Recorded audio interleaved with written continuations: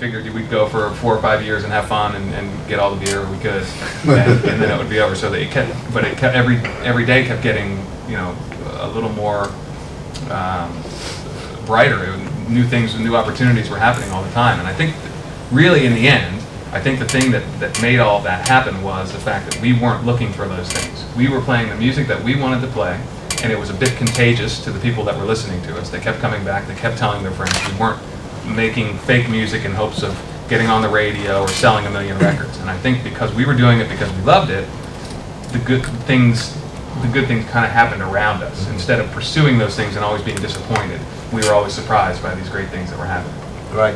Well, I mean, talking about the way that kind of things progress and the way that you've always done things the way you want to do them, can you tell us a little bit about, obviously you've got the new album out at the moment, that's what you're touring kind of to support that. Can you tell us a little bit about the kind of songwriting process, because you guys are pretty well renowned for being, shall we say, specific about your parts and kind of, you know, very intricate kind of sections and things like that. So how do those bits come about? Who is really the core kind of songwriting team? How much of the kind of percentage goes across the whole band? Well, we all definitely have our say in what's going on there. Mark and Willie are the primary songwriters, riff writers. Sometimes we bring in complete-ish songs. Sometimes they just have parts. And it's, you know, it's hours upon hours, 5 days a week, busting balls, trying to, like, putting songs together and say, okay, well, this chorus is great, but this verse, we need a better verse here. And you write a verse that's, you know, better than the old one, and now all of a sudden the chorus sounds great. So it's a lot of work, a lot of sweating and listening and being very critical of yourself. Yeah, if we're in the writing process, or if we're getting ready for a tour, we'll rehearse 5 or 6 days a week for 5 or 6 hours a day, to try to make sure, you know, it's as good as it can be.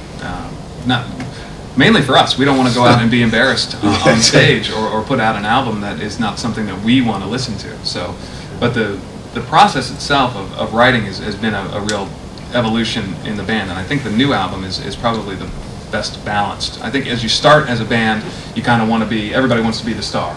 You know, I'm the lead guitar player, and here's my 10-minute guitar solo, or I'm going to play the fastest drums, you know, in the world.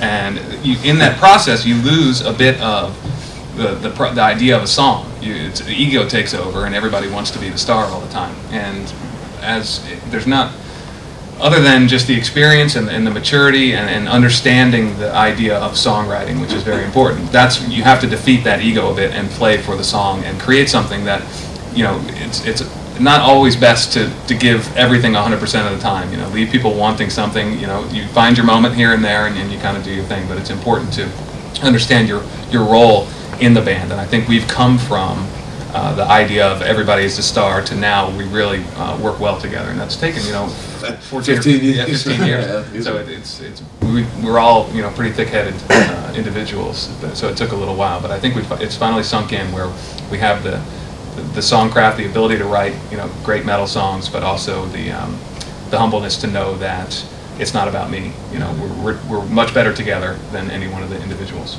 Right. Okay. So I mean, you kind of touched a little bit there on the actual songwriting process of it. What about bringing that to the stage, to actually taking it in front of an audience? Obviously, talking about rehearsing it up for up to 70 hours a week or something like that, trying to get it up together. You mentioned earlier to me, Chris, that you bought your rig over from the States. Your kit rig, is that the same as yours, John? Has yours come over, or have you got? Oh yeah, absolutely. Yeah, we've done rental gear in the past, and more often than not, it's no fun. Yeah, so I mean, can you just talk to us a little bit about, one of the things that I wanted to see was just how critical the setup of your gear is and how specific it has to be, you know, whether it's something that you can get away with using something else. Sure, well, in the long run, it is rock and roll, so you have to be able to be ready to go with whatever you've got.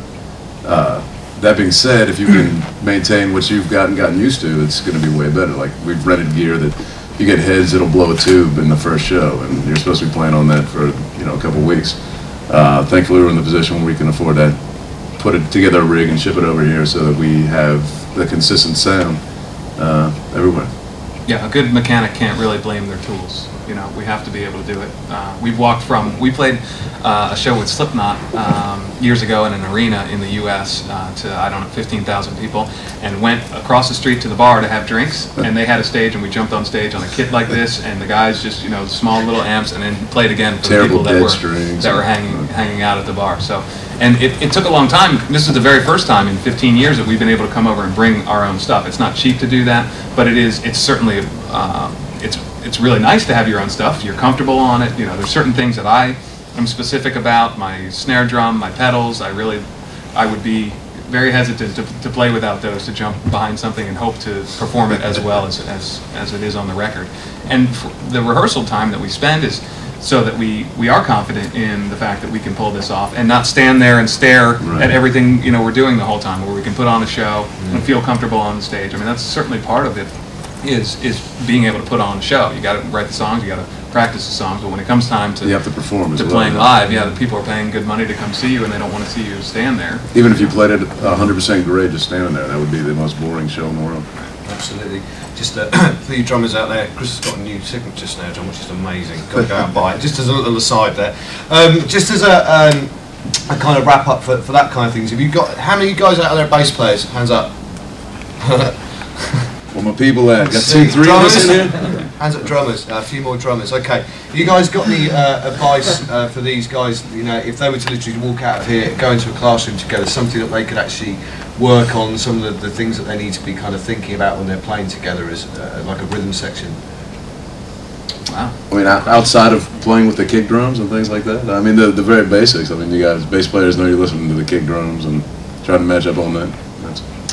Yeah, I think, you know, the thing that keeps at least for me as a listener and listening to my band, the thing that keeps my band interesting to me is kind of the syncopation that the rhythm section is doing underneath maybe the guitar lines sometimes. I think we are able to pull out different rhythms. If you know our music, oftentimes I'll play in 6, even though the guitars are laid down in 4. And I really like adding something where I'm not just playing a backbeat, I'm not just following as a drummer. I don't want to overtake the song, but I want to add another element to it, so that the two together kind of create something interesting. And in doing that, oftentimes John will follow me in that, where you can almost hear 2 songs happening at the same time, but somehow it works together. So at least on the 4, right? Yeah. Once it comes around.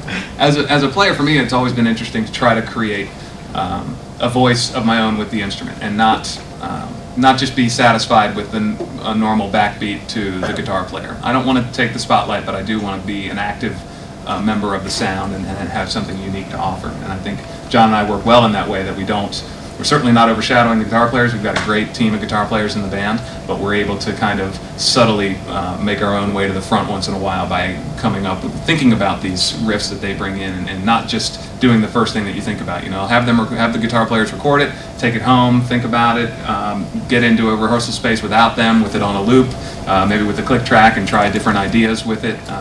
That's normally what I would try.